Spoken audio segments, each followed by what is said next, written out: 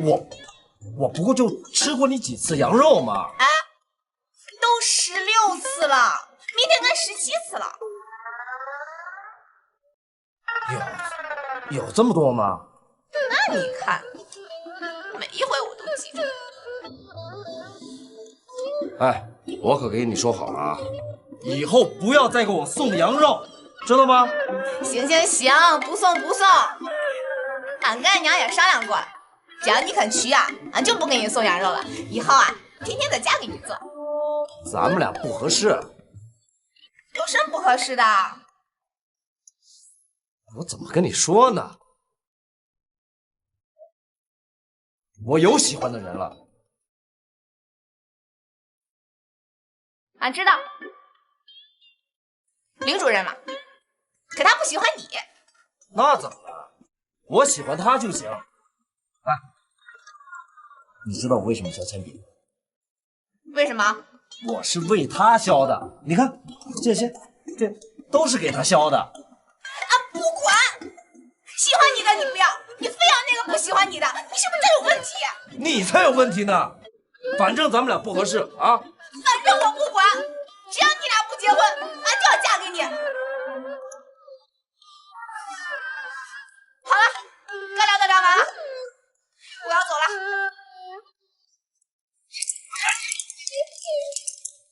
记住啊，明天俺还给你送羊肉。这疯丫！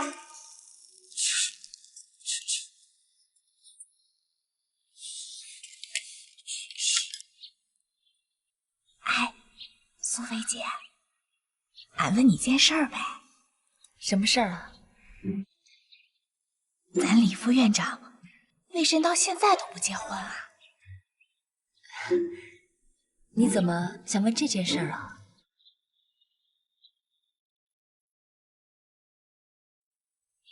因为俺想嫁给他。你想嫁给李副院长？咋啦？是，李副院长是大我10几岁，但是没问题。这不是大10几岁的事儿。那是为啥？是，哎呀，我这么跟你说吧，一个人要嫁给另一个人，这是2个人的爱情。你可以爱他，但是他爱不爱你，你知道吗？只要俺爱他就可以了。他爱不爱我，没关系啦。小许，据我所知，这个李副院长喜欢的可是护理部的林主任。这俺知道，可是俺也知道林主任不喜欢他。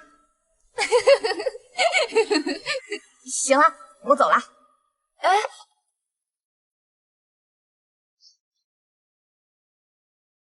老李啊，你的个人问题该解决了吧？我如果没记错的话，你今年也36了吧？对呀，我的老首长啊，今天你终于关心我的个人问题了。你看，你也没有问过我呀。你让马博士说说，我是不是问过李宁远同志的个人问题？问过好多次了，你看是不是？我说人家李副院长他要自己找到真正的爱情。哦，副院长同志也不好过问的。你看是不是啊？哎呦，苏菲，副院长，李副院长，苏菲同志啊，许春妞要回保育院了，说有事情要找你谈。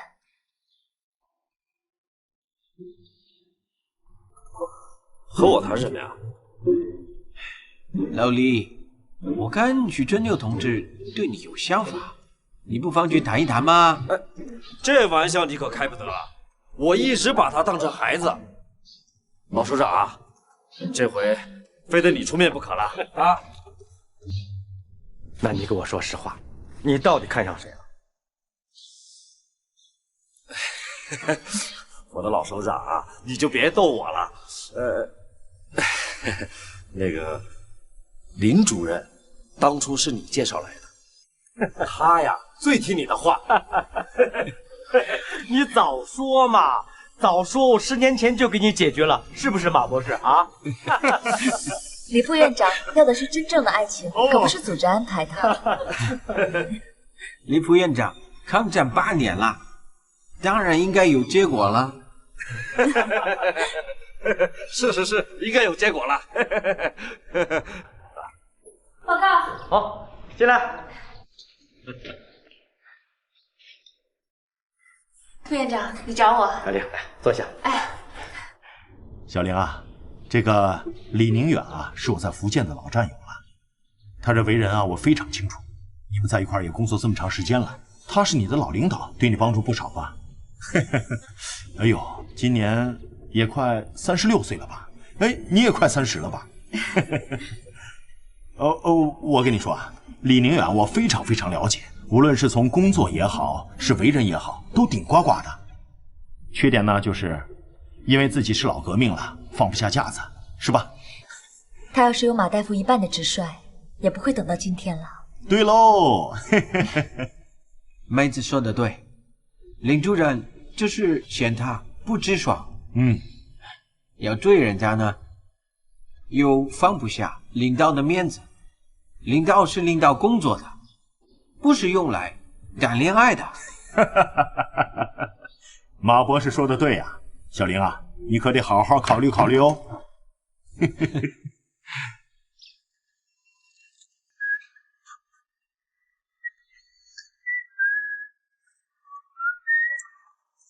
咋了？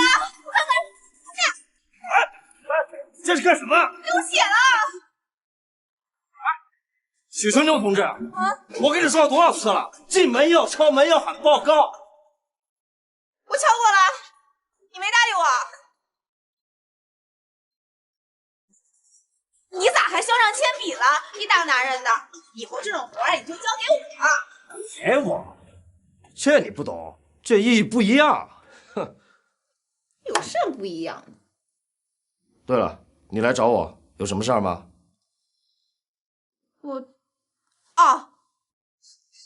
有事儿。李副院长，你坐。有事儿说事儿。李副院长，你坐。今儿这事儿啊，你得坐下，我好好跟你聊。坐。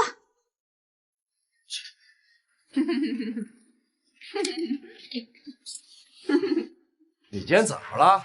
老是嬉皮笑脸的。有事儿说事儿。那我说了。说呀。